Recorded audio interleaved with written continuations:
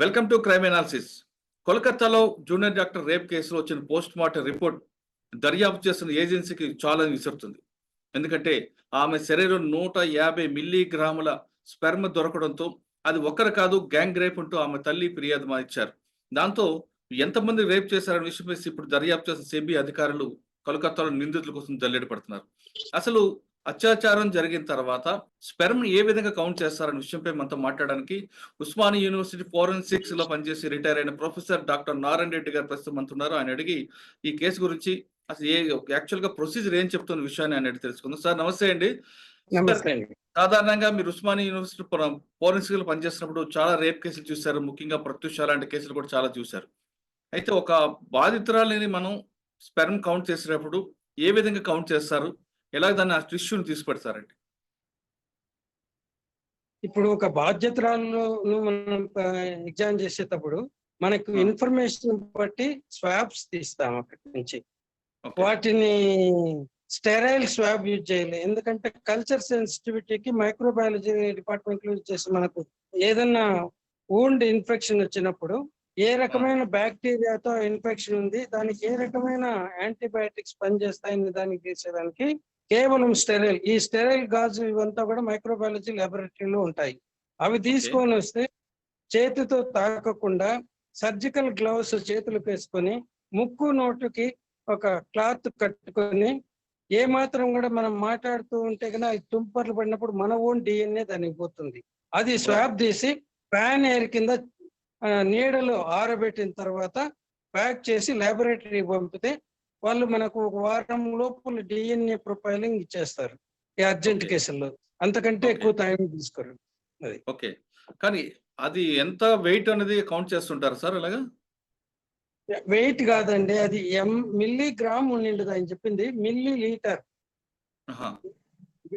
Wait చూడం, milli litre ను milligram అని అంటాడు ఆయన. అట్లే 150 మిల్లీ లీటర్లు అంటే మనకు ఒక టీ కప్ సాధారణమైన tea cup capacity 150 millilitre. మనము నీళ్లు తాగే గ్లాసు 200 నుంచి 250. సో అది ఆయన వెజైనల్ సెక్రీషన్స్ అవన్నీ కూడా అవి కూడా ఏవి కానీ కొలవరు, దేనికని తీసుకొని ఊరుతూ ఉంటుంది. అది ఎలా చెప్పాడో తెలియదు. ప్రత్యూష కేసులో ఎట్లయితే మునుస్వామి గారు తొందరపడి ఒకదానికి ఒకటి చెప్పి దాన్ని అంతా పక్కదావ పట్టించాడు, ఈయన కూడా అలానే చెప్తున్నట్టు నా అభిప్రాయం. ఎందుకంటే అట్లా ఎవరు కానీ 150 ml 150 వ్యక్తి కానీ ఒకసారి రతిక్రియలో పాల్గొంటే ఒక 2-3 రోజుల గ్యాప్ తర్వాత కేవలం అతని నుంచి వచ్చేది 3 నుంచి 5 ml మాత్రమే. అటువంటిది 150 ml రావాలంటే ఎంతమంది ఉండాలో ఊహించుకోండి.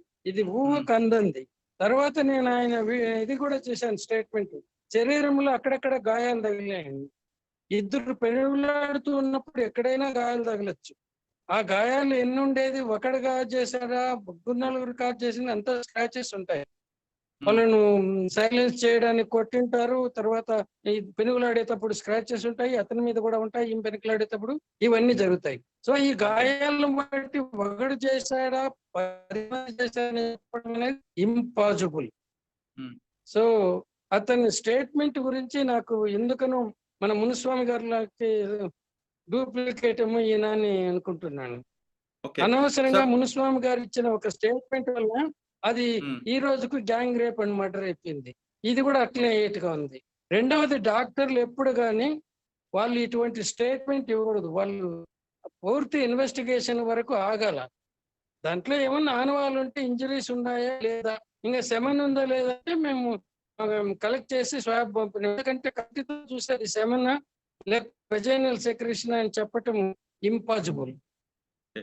వెజైనల్ సెక్రేషన్స్ కూడా వస్తాయి సెక్స్ అయిపోయిన తర్వాత. చెప్పండి సార్. ఇందాక మీరు చెప్తున్నట్లుగా ప్రతిలో పాల్గొన్నప్పుడు మగవాడి ఎంత క్వాంటిటీ వస్తుందండి? 3 నుంచి 5 ml. అది ఒక 2-3 రోజులన్నా మినిమం గ్యాప్ ఉంటేనే 3 నుంచి 5 ml. మరి ఆయన 150 మిల్లీగ్రాములు అంటున్నారండి. ఆయన మిల్లీగ్రాములని తూకం వేరు, ఆయన 150 ml ఉంటది.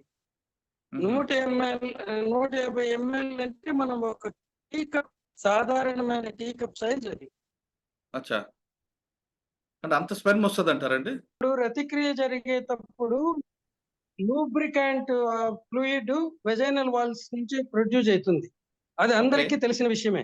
హ్మ్. ఆ ఫ్లూయిడ్ ను చూసి ఈ డాక్టర్ గారు సెమెన్ అనుకున్నాడు. అచ్చా! అది పరిస్థితి. సాధారణంగా ఎంత వరకు రావచ్చండి ఇది? ఆ ఫ్లూయిడ్ చాలా గారుతుందండి. వాళ్ళలో హుహు. నుంచి. వాళ్ళు ఎంత ఉద్రేకానికి లోనయ్యి అంటే సాటిస్ఫాక్షన్‌కి అయితారో అంత ఎక్కువగా ప్రొడ్యూస్ అయితుంది. అచ్చా! అది కౌంట్ దాన్ని సెమెన్‌ను డిఫరెన్షియేట్ చేయలేము. ఒక కెమికల్ టెస్ట్‌తో తప్ప. అచ్చా! సో, ఆ ఫ్లూయిడ్‌ని చూసుకొని ఈయన సెమెన్ అనుకున్నాడు. హుహు. అంటే ఇప్పుడు 150 మిల్లీగ్రాములనేది కరెక్ట్ కాదంటారు మీరు. కాదు. ఎట్టి హ్మ్. పరిస్థితి అసలు గ్రాములనేది రాదు, అక్కడ వెయిట్ చేయరు.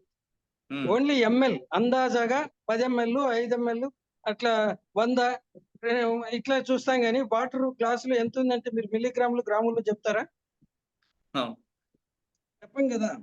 అవును. అది. సార్ ఈ కేస్‌తో మీరు ప్రత్యూష కేస్ కంపేర్ చేస్తారు. ఎందుకు? ఎందుకంటే ప్రత్యూష కేసులో గూడా మునుస్వామి గారు ఇటువంటి ఇదే చేశాడు. చాలా సెమనొచ్చింది ఒకరికంటే ఎక్కువ అనేసి. దాంట్లో ఆయన జెప్పింది పట్టుకొని ఎవరికి వాళ్ళు కథలమ్మినారు. అప్పుడున్నటువంటి కమిషనర్ ఆఫ్ హైదరాబాదు ఆయన తొందరపడి ఇది రేప్ అండ్ మర్డర్ అన్నాడు. ఆయన్ని కరెక్ట్ చేయడానికి డైరెక్టర్ జనరల్ ఆఫ్ పోలీస్ అప్పుడున్న రాములు కాదు, కాదు ఇది ఓన్లీ సూసైడ్ అన్నాడు. ఇలా ఒకదానికొకటి పోతే చాలా అయిపోయి ఇప్పటికి కూడా అది అది గ్యాంగ్ రేప్ అండ్ మర్డర్ కిందనే డెడ్ బాడీని తీసుకొని హాస్పిటల్‌కి తెచ్చినారనుకున్నారు. హాస్పిటల్‌లో ఎవరైనా డెడ్ బాడీకి 15 గంటల 45 నిమిషాలు ట్రీట్మెంట్ ఇస్తారా? తర్వాత ఆమె తల్లి ఆ అమ్మాయి ఆసుపత్రిలో చేరిన తర్వాత సుమారు 2 గంటల తర్వాత హాస్పిటల్‌కొచ్చింది. ఆమెకు ఇన్ఫర్మేషన్ తెలిసి వచ్చేప్పటికి. అప్పుడు 7 మంది డాక్టర్లు ఆమెను పరీక్ష చేస్తా ఉంటే వాళ్ళలో ఒకరు హౌ ఆర్ యూ అని అడిగితే ఆ అమ్మాయి ఓకే సార్ అనింది. ఇది కూడా అన్ని పేపర్‌లోన ఫిబ్రవరి 14, 2002 మార్చి 14, 2002లో వచ్చింది. అదంతా చూసిన తల్లి కూడా ఇప్పుడెందుకో తన కారణాలకు గొంతు పిసికి చంపి హాస్పిటల్‌కి తెచ్చినారంటున్నారు. సో, ఇలా మనం ఒకటి గాని అసత్యాన్ని చెప్పితే అది తిరిగి, తిరిగి, తిరిగి, తిరిగి పోయి మన దగ్గరికొచ్చి మనం సృష్టించిన అబద్ధాన్ని నిజమని నమ్మే స్థితికొస్తాం. ఇది చాలా ప్రమాదం. అందువల్లనే డాక్టర్లు గాని, ఇంకొకరు గాని దీంట్లో ఎటువంటి స్టేట్మెంట్స్ ఇవ్వకూడదు తొందరపడి. ఓన్లీ ఇన్వెస్టిగేటింగ్ ఆఫీసరే. ఆయన పైనుండే సుపీరియర్ ఆఫీసర్స్ కూడా నోరు మూసుకొనుండాలి. అదిగో మా వాడు ఇన్వెస్టిగేషన్ చేస్తున్నాడు. అది తెలిసిన తర్వాతనే మాట్లాడతాం. పూర్తి ఇన్వెస్టిగేషన్ అయ్యేంత వరకు మేము మాట్లాడమని చెప్పాల. కానీ ఓకే. అందరికి ఏంటంటే మీడియాలో బొమ్మలు చూసుకోవడంలో సరదా ఉంది. దాంతో ఒకదానికొకటి చెప్పి పూర్తి సమాచారం తెలుసుకోకుండా మీడియా కథనాలతో మొత్తం కేసునే తప్పుదారి పట్టిస్తున్నాం. ఓకే. సార్ ఇప్పుడు కోల్‌కత్తాలో జరిగిన కేసులో తల్లి చెప్తున్నట్టుగా గ్యాంగ్ రేప్ జరుగుంటే అక్కడ ఎంత స్పెర్మ్ ఉండాలండి? మనం అది చెప్పలేమండి. హ్మ్. It is impossible. అంటే చెప్తున్నాను గదా! ఒక్కడి దగ్గర నుంచి 3 మిల్లీ లీటర్ల నుంచి 5 మిల్లీ లీటర్ల వరకు వస్తుంది. మిల్లీ లీటర్ అంటే ఒక క్యూబిక్ సెంటీమీటర్. అట్లా ఓకే. దాంట్లో ఎంతుంటదని బట్టి అట్లా లెక్క చేసుకోవాల. అందరిలోనే ఒకే రకంగా రాదు గదా! ఒకడు అవును. వారం తర్వాత చేసినాడనుకోండి వానిలో 5 ఎంఎల్ రావచ్చు. 3 రోజుల కిందట సెక్స్‌లో పాల్గొన్న వాడికి 3 ఎంఎల్ రావచ్చు. లేకపోతే కొంతమందికి రోజు మాస్టర్బేషన్ చేసుకునేవాళ్ళుంటారు. వాళ్ళకి హ్మ్. 1, 2 ఎంఎల్ఏ వస్తుంది. సో, హుహు. ఇదంతా వాళ్ళ గ్యాప్ బట్టి ఉంటుంది. సో, ఇది అచ్చా! చెప్పడం ఎంతమంది అనేది ఎవ్వరికీ సాధ్యం గాదు. ఓకే. సార్ ఫైనల్‌గా చెప్పండి ఈ అది కేసు ఊహించి కరెక్ట్‌గా చెప్పడం కూడా తప్పు. ఓకే. సార్ ఫైనల్‌గా చెప్పండి. చెప్పండి ఈ కేసు దర్యాప్తు కరెక్ట్‌గా జరగాలంటే ఏం చేయాలంటారు? Postmortem doctors. ఏ పోస్ట్‌మార్టం డాక్టర్‌ది ఏముండదండి దీంట్లో రోలు. ఇంజ్యూరీస్ ఏముండాయో చెప్తాడు. దాంట్లో ఏం పరిస్థితులుండాయో చెప్పాలా. రెండవది సెమెన్, వెజైనల్ సెక్రీషన్ డిఫరెన్షియేట్ చేయటం వీలు కాదు కంటితో చూసి. ఎందుకంటే ప్రతి వ్యక్తిలోన ఆమెలో సెక్స్‌లో పాల్గొన్నప్పుడు కొద్దిసేపు అయిన తర్వాత అక్కడ అది లూజ్ కావడానికి లూబ్రికెంట్ ఫ్లూయిడ్‌గా ఆమె లోపలి గోడల నుంచి ఈ వెజైనల్ ఫ్లూయిడ్ సెక్రెట్ అయితుంది. దాని కలరు, సెమెన్ కలరు ఒకటిగానే ఉంటుంది. దాన్ని ఎవరు ఓకే. డిఫరెన్షియేట్ చేయలేరు కంటితో చూసి. సో, ఈ డాక్టర్ గారు ఏదైతే మాట్లాడాడో నా అభిప్రాయం ప్రకారము 100కు 100% అది వెజైనల్ సెక్రీషన్సే, సెమెన్ కాదు. ఓహ్! ఇవంతా గూడా ప్రాపర్‌గా మైండ్ అప్లై చేయకుండా తొందరపడి మీడియా ఇన్ఫ్లుయెన్స్ కు గురయ్యి చెప్పే మాటలు. ఓకే. మొత్తం మీద చెప్తుంటే నారాయణ రెడ్డి గారు చెప్తున్నట్లుగా ఈ కేసులో డాక్టర్లు మాట్లాడకుండా ఇన్వెస్టిగేషన్ ఆఫీసర్ మాత్రం మాట్లాడితే ఈ కేసు దర్యాప్తు కరెక్ట్‌గా జరుగుతుందని చెప్తున్నారు. లేదా ఎక్కడ ఏ మాత్రం తేడా వచ్చినా ఇది మరో ప్రత్యక్ష కేసుగా మారి ఇప్పటికీ ఎప్పటికీ మిస్టరీగా ఉండే అవకాశం ఉందంటూ నారాయణ రెడ్డి గారు చెప్తున్నారు. ఇది కోల్కతాలో జూనియర్ డాక్టర్ రేప్ కేసులో నారాయణ రెడ్డి గారి విశ్లేషణ. మరో అంశంలో మళ్ళీ కలుద్దాం. అంతవరకు నమస్తే. Thank you sir. Thank you very much అండి. Thank you.